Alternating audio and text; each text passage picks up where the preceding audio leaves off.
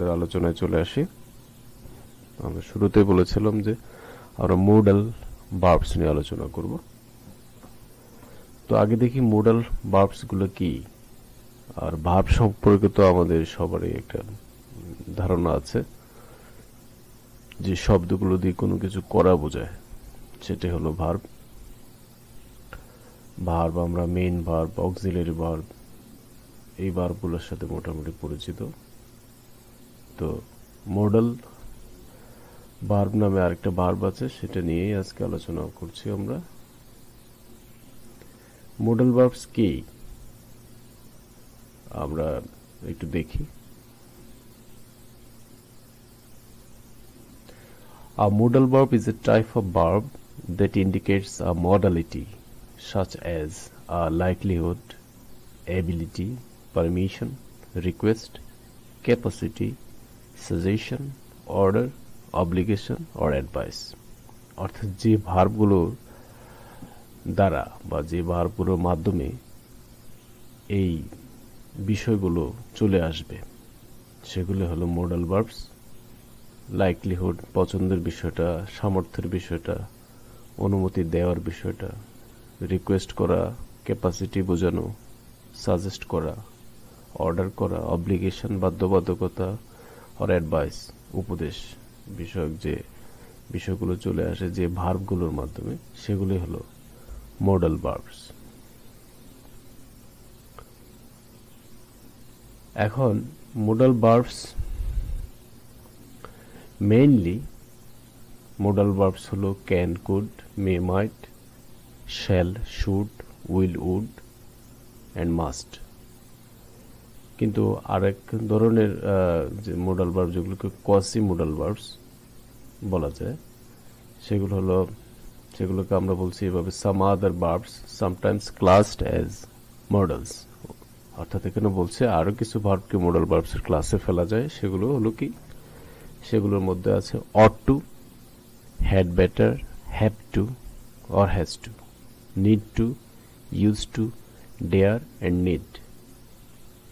এর বাইরেও দু একটা ভার্ব থাকতে পারে যেটা আমাদের আলোচনায় আমরা আনিনি, কিন্তু এইগুলোই হলো মোটামুটি মোডাল ভার্বস। আর আপনি যদি এই মোডাল ভার্বসের ব্যবহারগুলো জানেন তাহলে বলা যায় মোটামুটি মোডাল ভার্বস পুরোপুরি কভার হয়ে গেল। আর ইংরেজি বলার ক্ষেত্রে বা বোঝার ক্ষেত্রে আপনি এক ধাপ এগিয়ে গেলেন। তো শুরুতে যে মোডাল ভার্বস এর ব্যবহার নিয়ে আমরা কথা বলবো সেটা হলো ক্যান। ক্যান সাধারণত ক্ষমতা বা সামর্থ্য আছে অর্থে বোঝায়। যেমন মিনা ক্যান সিং, মিনা গান গাইতে পারে, এটা তার অ্যাবিলিটি, এটা তার সামর্থ্য, এটা তার ক্যাপাসিটি, সে পারে। She can ride A bicycle, say bicycle চড়তে জানে বা বাইসাইকেল চালাতে জানে, but she can't play cricket, কিন্তু সে ক্রিকেট খেলতে পারে না। অর্থাৎ এটা তার সামর্থ্যের বাইরে। সামর্থ্য বুঝেছে কিন্তু নেগেটিভ অর্থে। পারমিশন বা অনুমতি অর্থে ক্যান ব্যবহৃত হয়। যেমন can I borrow your pen, আমি কি তোমার কলমটা ধার করতে পারি। এটা কিন্তু সামর্থ্য বা অ্যাবিলিটি না, এটা হলো অনুমতি। অর্থাৎ আমি তোমার কাছে অনুমতি চাচ্ছি যে তুমি আমাকে কলমটা ধার দাও।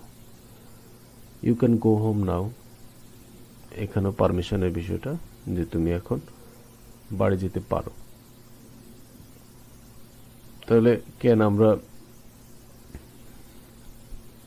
ক্যানের ব্যবহার আমরা দুইটা কেসে দেখলাম বা দুইটা ক্ষেত্রে দেখলাম। একটা হলো অ্যাবিলিটি আর একটা হলো পারমিশন।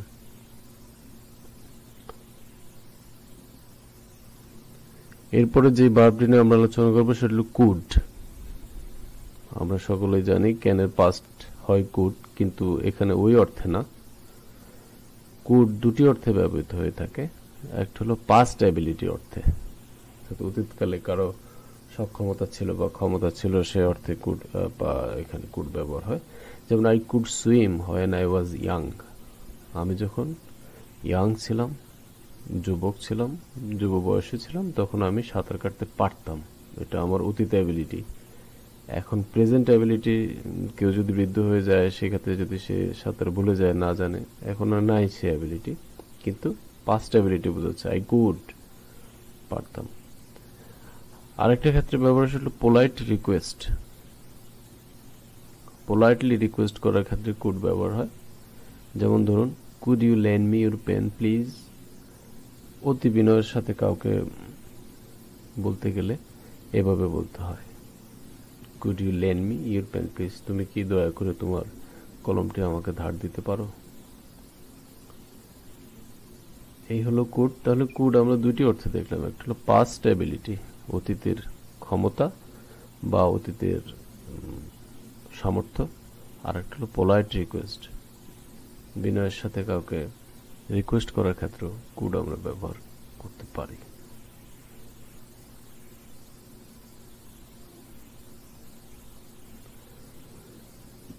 তারপর চলে আসে মে। মে এখানে পারমিশন অর্থে, মোর পোলাইট দেন ক্যান, ক্যানের চেয়ে আরো বেশি পোলাইটনেস প্রকাশ করতে হলে মে দিয়ে অনুমতি চাইতে হয়। যেমন, may I borrow your pen, আমি কি তোমার কলমটা ধার করতে পারি। Guessing about the future, future সম্পর্কে একটা গেজ করার ক্ষেত্রে মে ব্যবহার করা হয়। যেমন, the sky is cloudy, it may rain, বৃষ্টি হতে পারে। ভবিষ্যৎ বাণী বা ভবিষ্যতের কথা এখানে বলা হচ্ছে। যেহেতু স্কাই ক্লাউডি, সেহেতু কি হতে পারে, ইট মে রেইন, বৃষ্টি হতে পারে। এখানে একটা নোট আমরা দেখতে পাচ্ছি, সেটা হলো may indicates less possibilities, whereas might indicates least possibilities। অর্থাৎ মাইটের ব্যবহার আমরা যখন আর শিখবো তখন দেখব যে মাইট লিস্ট সবচেয়ে কম পসিবিলিটিস বোঝায়, আর মে পসিবিলিটিস বুঝে হলো মাইটের চেয়ে বেশি।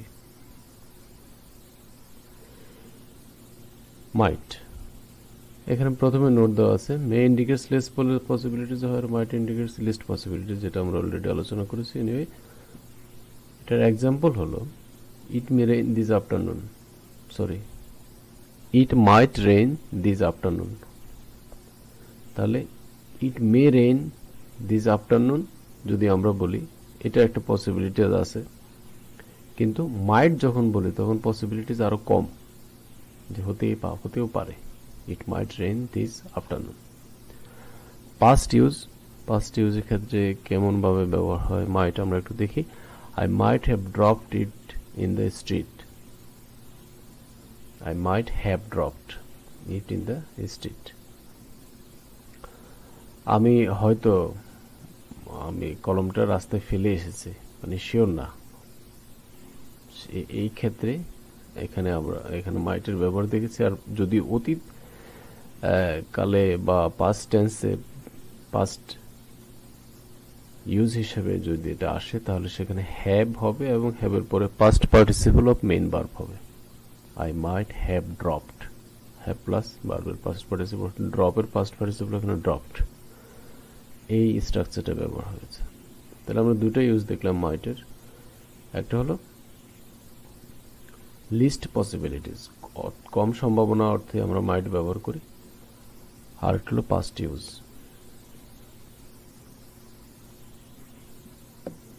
এরপর আমরা দেখব should. Should obligation, duty or advice অর্থে ব্যবহার হয়। যেমন, you should obey your parents, তুমি তোমার প্যারেন্টসকে কি করা উচিত, অবে করা উচিত বা বাধ্য হয়ে চলা উচিত তোমার প্যারেন্টসের। If you are ill you should see doctor, দ্বিতীয়টা কিন্তু অ্যাডভাইস, তুমি যদি অসুস্থ হয়ে থাকো তাহলে তুমি ইউ শুড সি ডক্টর, তোমার উচিত একজন ডাক্তার দেখানো, এটা অ্যাডভাইস অর্থে। আর you should obey your parents, এটা হলো অব্লিগেশন অর্থে।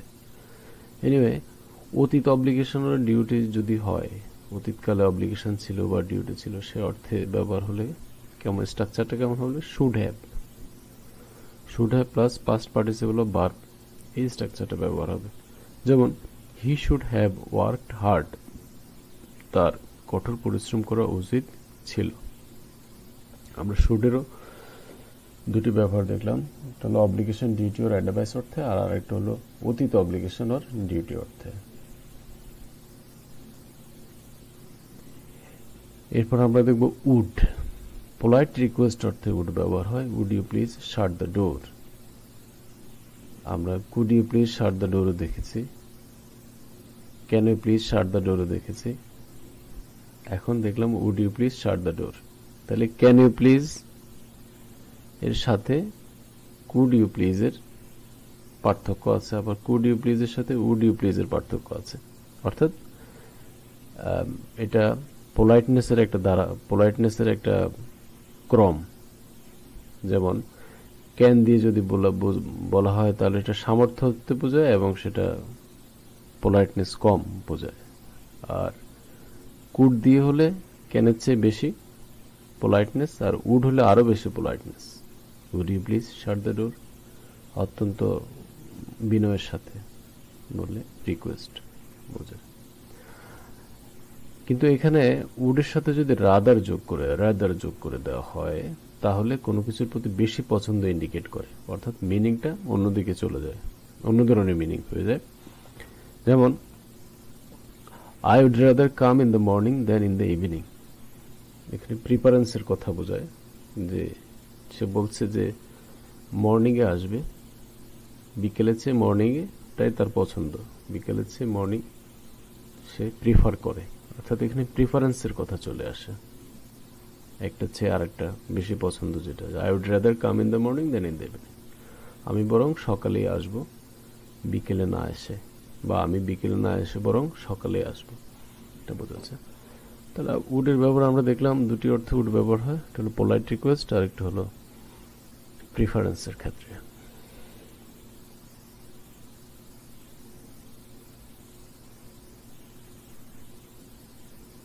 মাস্ট আরেকটা ম্যাজিক্যাল ওয়ার্ড আর ম্যাজিক্যাল ভার্ব আর মোডাল ভার্ব, সেটা মাস্ট। খুব সহজে বাক্য গঠন করা যায় এই শব্দটি দিয়ে।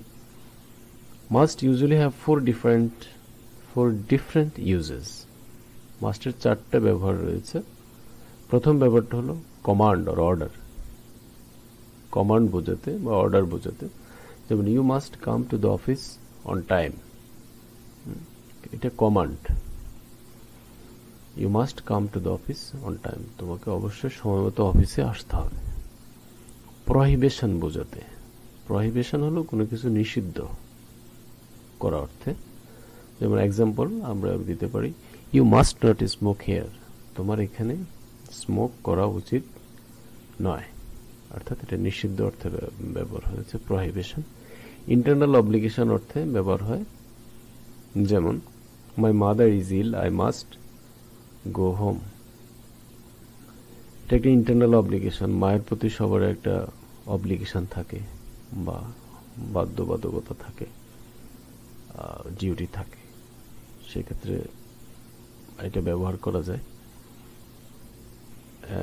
খুব সফট কেসে মার কথা বলে যে কোনো জায়গা থেকে ছুটি নেওয়া যায়, চলে আসা যায় মাদার ইলনেস এর কথা বলে। সেজন্য my mother is ill, I must go home, আমাকে অবশ্যই বাড়ি যেতে হবে। তাহলে এখানে আমরা শিখলাম ইন্টারনাল অব্লিগেশন। এনিওয়ে,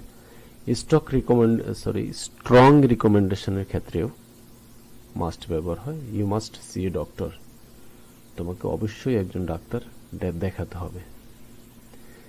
একটা বিষয় লক্ষ্য করুন, যখন ইউর পরে মাস্ট তারপরে সি এ ডক্টর, অর্থাৎ এখানে জাস্ট 4-5টা ওয়ার্ড দিয়ে একটা সুন্দর সেন্টেন্স তৈরি করে ফেলেছে। এটাই হলো মোডাল ভার্বস এর, যেটাকে আমি ম্যাজিক্যাল ভার্বস বলে থাকি, তার সুন্দর ব্যবহার। এনিওয়ে, আমরা এরপরে দেখব have to. Have to or has to, অর্থাৎ পার্সনের কারণে, পার্সন ভেরিয়েশনের কারণে হ্যাভ টু বা কখনো হ্যাজ টু হবে। আমরা দেখি এটার প্রথম যে ব্যবহারটা রয়েছে সেটা স্ট্রং রিকমেন্ডেশনের ক্ষেত্রে হ্যাভ টু ব্যবহার হয়। যেমন I have to leave at once, আমাকে এখনই স্থান ত্যাগ করতে হবে বা আমাকে এখনই জায়গা ছেড়ে যেতে হবে। আই হ্যাভ টু, হ্যাভ টুর পরে আই হ্যাভ টু লিখে তারপরে মেইন ভার্ব বসিয়ে দিয়ে বাক্য গঠন করা যায়। You have to learn English, তোমাকে ইংরেজি শিখতে হবে। স্ট্রং রিকমেন্ডেশন, কাউকে স্ট্রংলি কোনো বিষয়ে রিকমেন্ড করলে এই হ্যাভ টু ব্যবহার করতে হয়। ফার্স্ট পারসন আর সেকেন্ড পারসন হ্যাভ টু হবে, কিন্তু থার্ড পারসনের ক্ষেত্রে হ্যাজ টু হবে। তবে থার্ড পারসন প্লুরাল হলে আবার হ্যাভ টু হবে, যেমন দে হ্যাভ টু, কিন্তু he or she has to হবে। I have to, you have to হবে। পারসন ভেরিয়েশনের কারণে হ্যাভ টু স্থানে হ্যাজ টু, হ্যাজ টু স্থানে হ্যাভ টু হতে পারে। যা হোক, হ্যাভ টু মানে হলো স্ট্রং রিকমেন্ডেশন, এটা মনে রাখলেই হবে।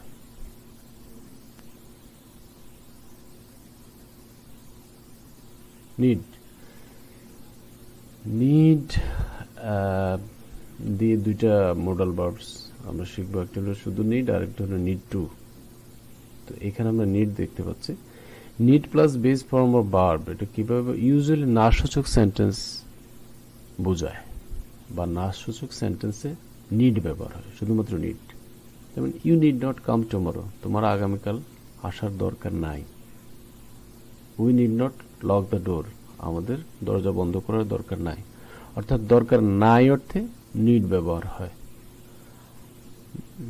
আবার নিড টু ঠিক এর উল্টোটা, নিড টু হলো দরকার অর্থে, যেমন I need to go home, I need to go shopping, যেটা আমরা একটু পরে আলোচনা করব।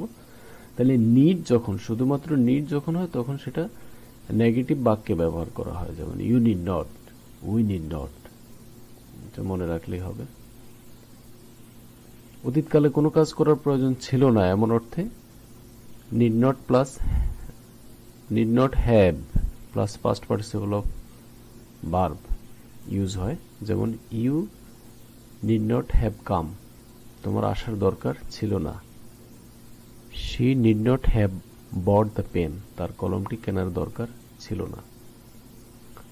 তাহলে এখানে আমরা নিডের দুইটা ব্যবহার শিখলাম। একটা হলো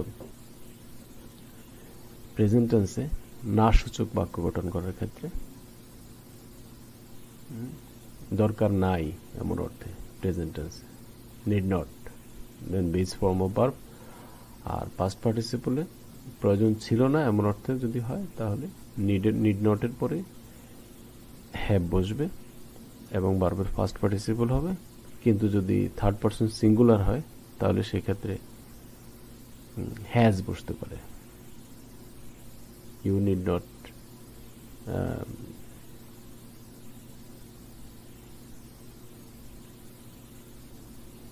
এখানে আছে she need not have bought the pen, তার কলমটি কেনার দরকার ছিল না। সরি না, এখানে আসলে হ্যাজ হবে না, সরি ফর দ্য মিস্টেক, এখানে হ্যাজ হবে না, এখানে সব ক্ষেত্রে হ্যাভ হবে। হ্যাঁ, যেহেতু শির পরে নিড নট বসে গেছে, শির পরে অলরেডি একটা মোডাল ভার্ব এখানে চলে আসছে, তাহলে আর এখানে হ্যাজ বসানোর প্রয়োজন নেই, এটা হ্যাভই থাকবে।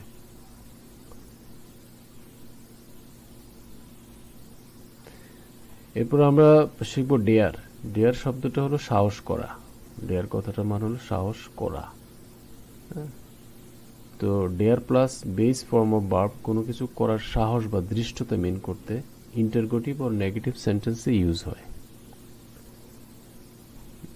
ইন্টারগেটিভ অর নেগেটিভ সেন্টেন্সে, how dare you tell this, তোমার, আমরা বলি না তোমার কত বড় সাহস তুমি কাজটা করেছো, বিষয়টা এরকম, তোমার কত বড় সাহস তুমি এটা বলেছো। তো এটা ব্যবহার হয়েছে ইন্টারগেটিভ সেন্টেন্সে। আরেকটা উদাহরণ এখানে আছে, the love that dare not speak its name, এখানে নেগেটিভ বাক্যে ব্যবহার হয়েছে ডেয়ার নট স্পিক। তাহলে ডেয়ার নট হলো এরপরে চলে আসবে মেইন ফর্ম অফ ভার্ব, আর dare not speak, dare not plus main form of verb চলে আসছে। আর এখানে হলো হাউ ডেয়ার, হাউ এর পরে ডেয়ার বসবে এবং এরপর আবার সাবজেক্ট আসবে। How dare you tell this?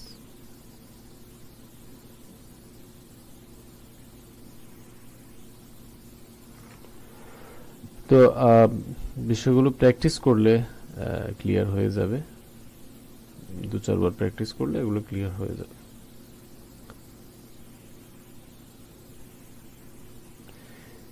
এরপর যে মডাল ভার্বটি রয়েছে সেটা হলো ইউজ টু। ইউজ টু সাধারণত অতীতের অভ্যাস বোঝাতে ব্যবহার হয়, এটার কোনো প্রেজেন্ট ইউজ নেই। তো অতীতে কোনো অভ্যাস ছিল এই অর্থে, যেমন Karim use to live in this house, Karim এই বাড়িতে বাস করত। Sunny use to go college by bus, Sunny বাসে কলেজে আসা যাওয়া করতো বা কলেজে যেত। ইউজ টু গো, এটা যেত অলওয়েজ, অতীতে সবসময়, অতীতে সবসময় সে কলেজে যেত বাসে, বাই বাস। একবার না, অর্থাৎ বিষয়টা ওয়ান টাইম না। অতীতকালে যদি অ্যাগেন এন্ড অ্যাগেন কোনো বিষয় হয়ে থাকে বা কেউ করে থাকে, সেটা সেই ক্ষেত্রে ইউজ টু বসে।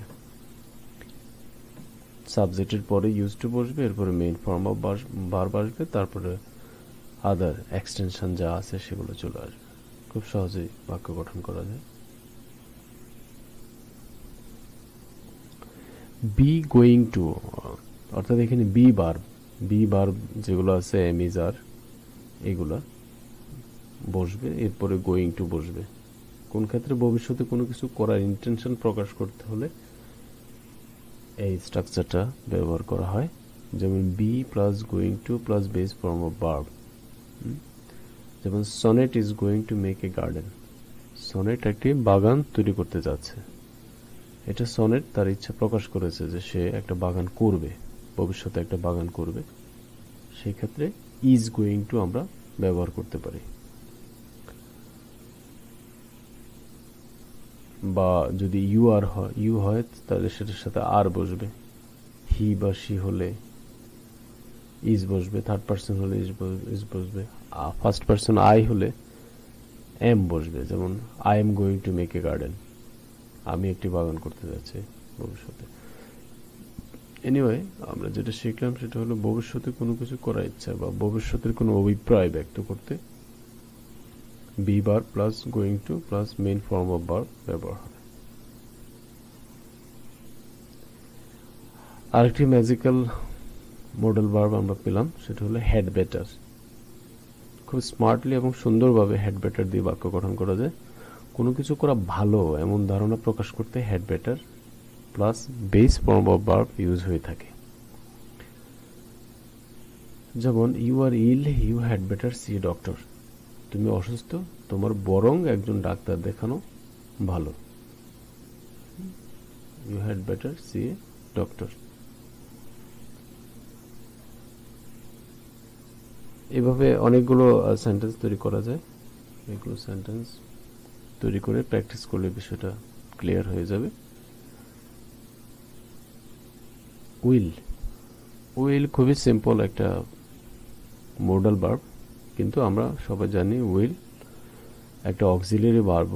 এটা ফিউচার ইনডেফিনিট টেন্সে ব্যবহার হয়ে থাকে। যেমন আমরা I shall go to Khulna, he will come tomorrow, এই ধরনের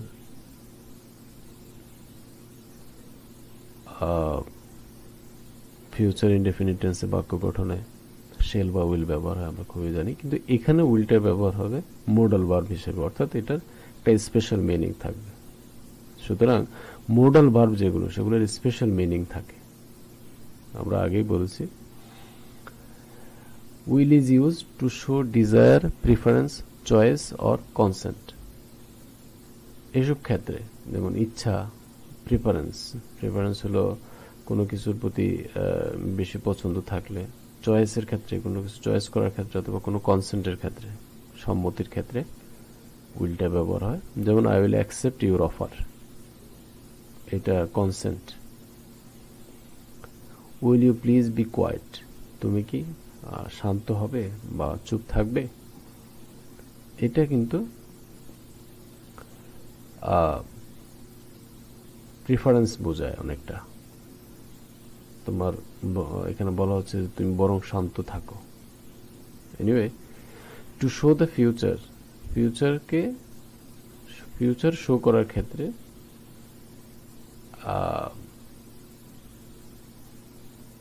উইল ব্যবহার হয়। যেমন it will B a great party, ভবিষ্যতের কথা বলছে যে ভবিষ্যতে যে পার্টিটা আমরা করতে যাচ্ছি সেটা বড় ধরনের একটা বা ভালো ধরনের একটা বড় পার্টি হবে। It will be a great party. To express capability অর্থাৎ কারো সামর্থ্য বোঝাতে উইল ব্যবহার হয়। আমরা সামর্থ্য বোঝানোর ক্ষেত্রে ক্যান ব্যবহার করেছি। এখন দেখি উইল কিভাবে ব্যবহার হয়। The ship will take 300 guests, অর্থাৎ জাহাজটি 300 গেস্ট, 300 অতিথি নিতে পারবে বা নিবে। এটা হলো ক্যাপাসিটি বা ক্যাপাবিলিটি কার, এটা হলো জাহাজের ক্যাপাবিলিটি। তো ক্যাপাবিলিটি প্রকাশ করার অর্থে আমরা উইলের ব্যবহার দেখলাম। টু এক্সপ্রেস ডিটারমিনেশন অর ইনসিস্টেন্স, কোনো কিছুতে দৃঢ় সংকল্প বা কোনো কিছুকে একটু জোর করা বোঝাতে উইল ব্যবহার হয়। যেমন I will pass my driving test, এটা কিন্তু ডিটারমিনেশন, আমি ড্রাইভিং টেস্টে পাস করব, এটা একটা ডিটারমিনেশন বা দৃঢ় সংকল্প। I will do as you say, এটা হলো ইনসিস্টেন্স, আপনি যা বলবেন আমি তাই শুনবো, অর্থাৎ ইনসিস্টেন্স বোঝাচ্ছে বা জোর করা বোঝাচ্ছে। আপনি এখানে জোর করে কিছু বললেও শুনবে, আগেই বলে দিয়েছে আপনি যা বলবেন তাই শুনবো, অর্থাৎ এখানে ইনসিস্টেন্স প্রকাশ করছে। শ্যাল, টু মেক এ সাজেশন, কোনো কিছু সাজেস্ট করার ক্ষেত্রে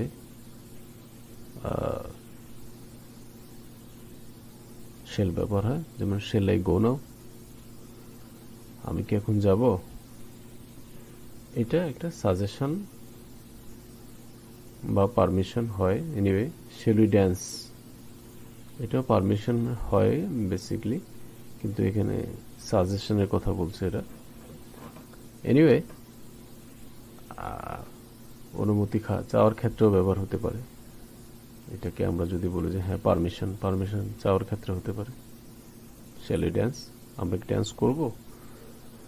শ্যাল আই গো নাও, আমি কি এখন যাব, এটা বেসিক্যালি পারমিশন ক্ষেত্রে ব্যবহার হয়েছে।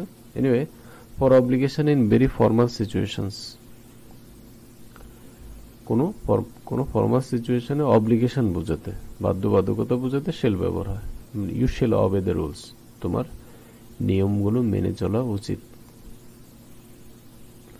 Students shall not enter here, ছাত্রছাত্রীদের এখানে প্রবেশ করা উচিত নয়। ফর্মাল সিচুয়েশনে অব্লিগেশন বোঝাচ্ছে। There shall be no food and drink on the premises, আঙ্গিনায় বা ক্যাম্পাসে বা মাঠে কি থাকতে পারবে না, কোনো ফুড অ্যান্ড ড্রিঙ্ক থাকতে পারবে না, এটা একটা অব্লিগেশন বোঝাচ্ছে। আমরা এর আগে নিডের ব্যবহার দেখেছিলাম, need as a modal verb, এখন নিড টু দেখব। The main use of need to is to express necessity or requirements that you need, অর্থাৎ নিড টু দিয়ে নেসেসিটি প্রয়োজনীয়তা অথবা রিকোয়ারমেন্টস, কোনো কিছু যেটা রিকোয়ারমেন্টস যেটা লাগবে প্রয়োজন হবে সেটা বোঝায়। যেমন হি needs to go to the supermarket, তার সুপারমার্কেটে যাওয়া প্রয়োজন অর্থে নিডস টু, এখানে নিডস টু ব্যবহার করা হয়েছে কারণ হি থার্ড পারসন হওয়াতে এখানে নিডের সাথে এস যোগ হয়েছে।